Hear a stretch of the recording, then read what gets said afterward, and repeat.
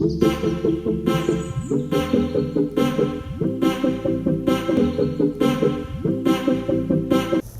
दोस्तों, मैं अमरदीप कादियान। नमस्ते, प्रणाम, सलाम वालेकुम, सत श्री अकाल, जय मसी की, राम राम जी, जय माता की। दोस्तों, आपका स्वागत है मेरे यूट्यूब चैनल डिसेंट एडवाइस में। दोस्तों, आज हम बात करेंगे, अगर आपका कोई सिक्योर लोन है, आपने वो पे नहीं किया, उसकी ईएमआई टूट गई है 3 महीने की, 6 महीने की या उससे भी ज़्यादा, तो बैंक या एनबीएफसी या एचएफसी कंपनी क्या लीगल उनके पास राइट्स हैं, वो क्या कर सकते हैं, इसके बारे में आज हम बात करेंगे।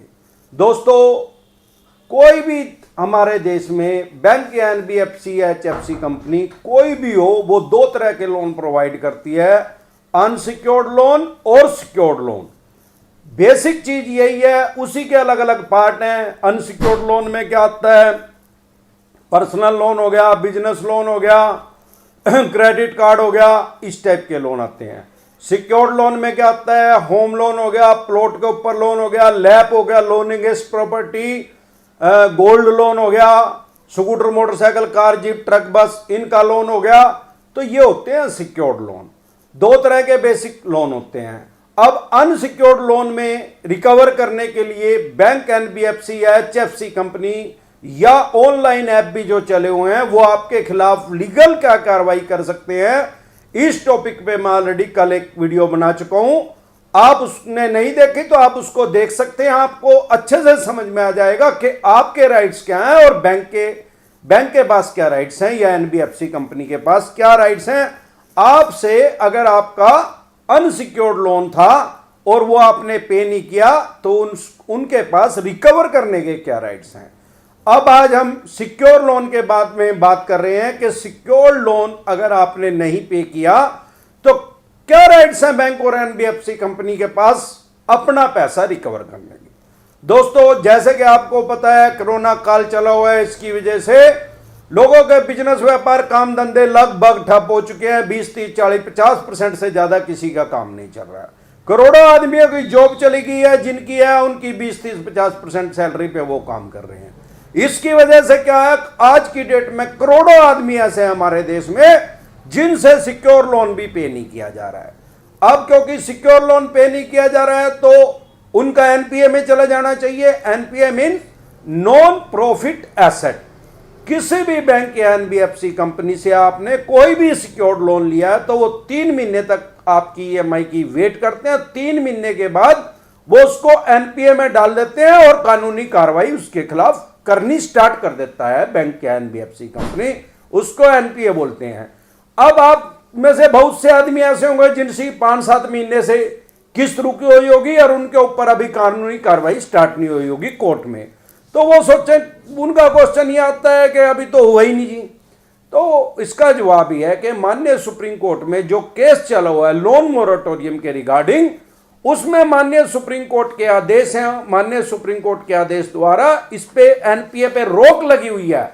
अगर आपका 1 मार्च 2020 से लेके आज तक भी लोन की ईएमआई नहीं पे की गई आपसे किसी भी कारण से, 2-3 महीने, 5 महीने या जितने महीने चले गए 1 मार्च से आज तक, तो भी आपका केस एनपीए में कोई भी बैंक या एनबीएफसी कंपनी एनपीए में उसको नहीं डाल सकती, आपके खिलाफ कानूनी कार्रवाई नहीं कर सकती, क्योंकि माननीय सुप्रीम कोर्ट से उस पर रोक लगी हुई है। यहां समझने योग्य ये बात है कि ये जो रोक है परमानेंट नहीं है, टेम्परेरी रोक है। तो उसकी वजह से वो रुका हुआ है, एनपीए में किसी का केस नहीं जा रहा है। अभी क्या होगा, जैसे माननीय सुप्रीम कोर्ट के आदेश आएंगे और ये जैसे ही रोक हटेगी, क्योंकि रिजर्व बैंक वहां पे अप्लाई कर चुका है, याचिका दायर कर चुका है कि ये हटा दिया जाए, एनपीए पे रोक जो है उसको हटा दिया जाए, बैंक और एनबीएफसी कंपनी को अपना पैसा रिकवर करने की पावर उनके पास वापस दे दी जाए। जैसे ही माननीय सुप्रीम कोर्ट से जो एनपीए पे स्टे लगा हुआ है वो हटेगा, तो करोड़ों आदमियों के एनपीए के अंदर चला जाएगा। जैसे ही आपका केस एनपीए के अंदर जाएगा, आपका कोई सिक्योर्ड लोन है, तो आपके पास लीगल नोटिस आने शुरू हो जाएंगे। वैसे तो लीगल नोटिस ये एनबीएफसी कंपनियां वैसे भी भेज रहे हैं, पर ऑफिशियली एनपीए के बाद तो आपके पास आएंगे ही आएंगे। जैसे आपका 1 महीने किस्त नहीं रुक गई, तो बैंक क्या करता है, ऑटो रिमाइंडर पे मैसेज करने शुरू कर देता है, फोन आने शुरू हो जाते हैं। और एनबीएफसी कंपनियां तो रिकवरी के लिए भी एजेंट अपने भेज देने शुरू कर देती है। वैसे जैसे ज्यादातर बैंकों में मैंने देखा है 2 या 3 महीने के बाद भेजते, वो भी है चवन्नी छाप रिकवरी एजेंट सबने पाला रखे हैं। आप ये ना समझो कि उनके पास नहीं है, सबके पास है चवन्नी छाप रिकवरी एजेंट। इनका नाम क्यों है? क्योंकि 99% ये लोगों को आप शब्द बोलते हैं, 1% जो नहीं बोलते उनको भी वो बैंक या एनबीएफसी कंपनी 2-4 महीने 6 महीने में उनको हटाई देते हैं, क्योंकि वो भी यही चाहते हैं कि किसी तरीके से हमारा पैसा निकाल ले। अब उनके पास राइट्स ये तो हैं कि 9 बजे से शाम के 7 बजे तक आपके घर आ सकते हैं, लेकिन आपके साथ गाली गलौच नहीं कर सकते, बदतमीजी से पेश नहीं आ सकते। रिजर्व बैंक की मास्टर गाइडलाइंस है, उसके अकॉर्डिंग वो आपसे बात कर सकते हैं। अब अगर उनसे भी ये पैसा रिकवर नहीं हो रहा, 3 महीने भी हो गए, तो ये चवन्नी छाप रिकवरी एजेंटों के भी फोन आने आपके पास बंद हो जाते हैं। फिर लीगल एक्शन के मोड में आ जाता है बैंक। पहले तो बैंक या एनबीएफसी कंपनी आपसे सेटलमेंट करने की सोचता है। अगर सेटलमेंट नहीं होती, सिक्योर लोन में सेटलमेंट का ऑप्शन आता ही नहीं है, क्योंकि बैंक अपना पैसा क्यों छोड़ेगा और ब्याज भी क्यों छोड़ेगा? क्योंकि उसके पास तो आपकी प्रॉपर्टी या कोई भी गोल्ड या कोई भी चीज रखी है, वो उसको बेच के अपना पैसा पूरा कर लेगा। सरफेसी एक्ट 2002 के तहत बैंक या एनबीएफसी कंपनी के पास पूरे राइट्स हैं आपसे अपना पूरा पैसा, उनका ब्याज और उनकी प्लेंटी जितनी लगी है वो सारा पैसा रिकवर करने के। अगर आपकी 1 महीने की ईएमआई डिफॉल्ट होगी, आपसे भरी नहीं गई, 2-4-5 दिन में आपने भर दी, तो आपका सिबिल पे आगे बैंक या एनबीएफसी कंपनी रिपोर्ट नहीं भेजता है। अगर आपने 1 महीने लेट कर दी, उसी महीने में दे दी, तो रिपोर्ट तो चली जाती है, लेकिन उसका बहुत ज्यादा इंपैक्ट आपके सिबिल पे नहीं होता है। 2 महीने अगर आपने रोक दी तो ज्यादा इंपैक्ट होता है, अगर आपने 3 महीने नहीं दी तो बहुत ज्यादा आपका सिबिल डाउन हो जाता है। अब बैंक आपके पास एक लीगल नोटिस भेजता है और उसमें ज्यादातर बैंक एनबीएफसी कंपनी 2 महीने का आपको टाइम देते हैं कि भैया आपने इतने पैसे का लोन है, इतनी आपकी ईएमआई थी, 3 आपकी ईएमआई रुकी हुई है, इतना उनका ब्याज है, चक्रवर्ती ब्याज भी वो उसके ऊपर लगा देते हैं, कंपाउंडिंग इंटरेस्ट, और इतनी प्लेंटी है, बाउंस चार्जेस इतने हैं, वो इतने पैसे हमारे बैंक के या एनबीएफसी कंपनी के आप दे दीजिए, आपके पास 2 महीने का टाइम है। यदि आप उन 2 महीनों में भी उनका पैसा नहीं देते या इग्नोर करते हैं या आपके पास है ही नहीं, दे ही नहीं पाते, तो उसके बाद वो एक नोटिस और आपके पास भेजते हैं। उस नोटिस में हर चीज मेंशन होती है, उसमें लिखा जाता है कि आपको बस लास्ट 1 महीने का टाइम और दिया जाता है। आज की डेट में आपकी तरफ इतना पैसा निकला हुआ है बैंक का या एनबीएफसी कंपनी का, ये हमारा पैसा दे दीजिए, अदरवाइज आपका सिक्योर लोन है, जो चीज हमारे पास आपकी रखी है हम उसकी ऑक्शन कर देंगे, बोली कर देंगे, उसको नीलाम कर देंगे और अपना पैसा रिकवर कर लेंगे, या आप हमारा पैसा प्लीज दे दीजिए। अगर आपसे वो फिर 1 महीना भी पैसा नहीं दिया गया तो बैंक या एनबीएफसी कंपनी ऑक्शन के मोड पे आ जाती है।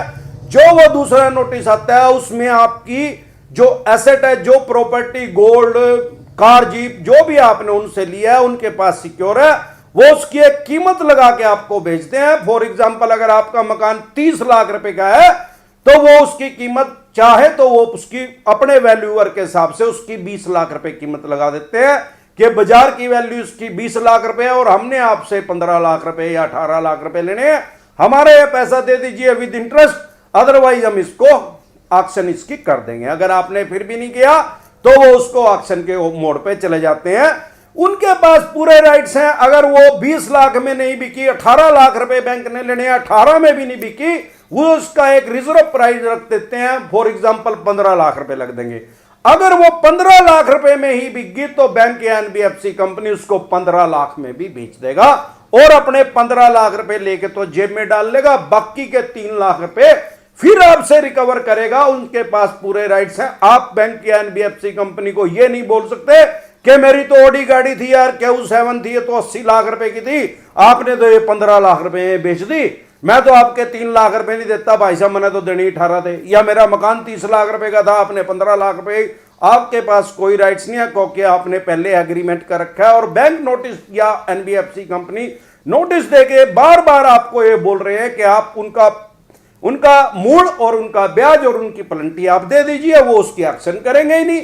जब आप उनका पैसा नहीं दे पा रहे किसी भी कारण से, तो उनके पास पूरे राइट्स हैं उसको नीलाम करने के। उसको नीलाम करके वो अपना पैसा ले लेंगे। हाँ, अगर आपने 18 लाख रुपए देने हैं और वो बिक गया 22 लाख रुपए का, तो वो बैंक के एनबीएफसी कंपनी के पास कोई राइट्स नहीं है। वो आपका जो 4 लाख रुपया है उसको रखने के, वो ऑटो मोड पे आपके अकाउंट में जमा कर देंगे, या आप उनसे डिमांड भी कर सकते हैं। वो कोई भी बैंक या एनबीएफसी कंपनी आपका जो ऑक्शन में ज्यादा पैसा मिला है उसको वो नहीं रखेंगे। इसमें एक चीज और है, जब आपके पास सेकंड नोटिस आता है और आपका पैसा आपसे नहीं दिया जा रहा है, आपके मकान की वैल्यू 30 लाख रुपए है, बैंक 20 या 25 बोल रहा है, तो आप बैंक में एक एप्लीकेशन दे सकते हैं, अरदास कर सकते हैं कि मैं इस अपने मकान को बेच के आपका पैसा दे दूंगा। आपके पास पूरे राइट्स हैं, क्योंकि रजिस्ट्री तो उसकी बैंक के पास ही रखी रहती है, लेकिन फोटोकॉपी आपके पास होती है। उस फोटोकॉपी के ब्याह पे भी आप किसी से बयाना उस मकान का ले सकते हैं। आप उस मकान का बयाना ले लिया आपने 5-7 लाख रुपए, आप वो 5-7 लाख रुपए बैंक में जमा करवा दीजिए और उनको बोलिए भैया मैंने 18 लाख रुपए आपके देने थे, 7 लाख रुपए आप ले लो, और ये देखो मैंने इसका बयाना कर दिया, 30 लाख रुपए में मेरा मकान बिक रहा है। जैसे ही मेरे पास पैसे आएंगे, 2-3 महीने का ज्यादातर बयाने में टाइम होता है, भाई मैं इतने टाइम के बाद आपका सारा पैसा चुकता कर दूंगा, और इस जो 3 महीने की ड्यूरेशन है इसमें जो ब्याज और पेनल्टी लगेगी वो भी मैं आपको दे दूंगा। तो मेरे देखने में यह है कि बैंक या एनबीएफसी कंपनी उतने वो पैसा लेने के बाद आपको वो उतना टाइम दे देती है। तो इसी तरह अगर आपकी कोई कार, जीप, स्कूटर, मोटरसाइकिल, बस, ट्रक, कोई भी चीज अगर फाइनेंस है, उसमें भी यही लागू होता है कि बैंक या एनबीएफसी कंपनी उसको मार्केट रेट से भी कम बेच सकती है।